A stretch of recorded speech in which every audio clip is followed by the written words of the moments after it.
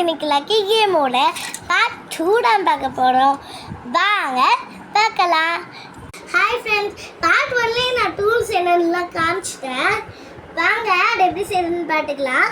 First இந்த hands எடுத்து நம்ம அந்த ரப்பர் பேண்டோட அட்டாச் பண்ணணும்.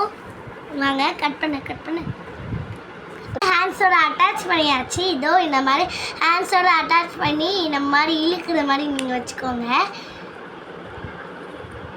அண்ட் இதில் செட் பண்ணுற இதில் நீங்கள் எடுத்து வச்சுருப்பீங்க இல்லையா, அந்த இது நம்பர்ஸு அந்த அதில் ஒரு ஹோல் இருக்கணும்.